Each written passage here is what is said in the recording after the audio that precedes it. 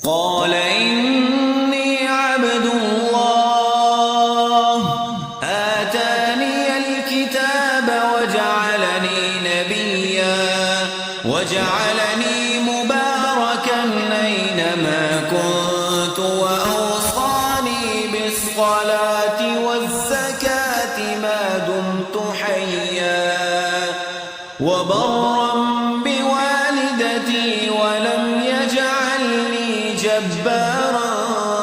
شقيا والسلام علي يوم ولدت ويوم أموت ويوم أبعث حيا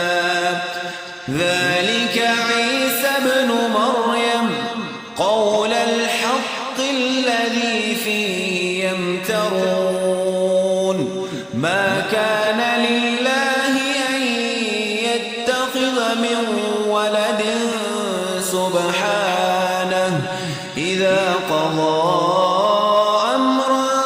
فإنما يقول له كن فيكون وإن الله ربي وربكم فاعبدوه هذا صراط مستقيم فاختلف الأحزاب من بينهم فويل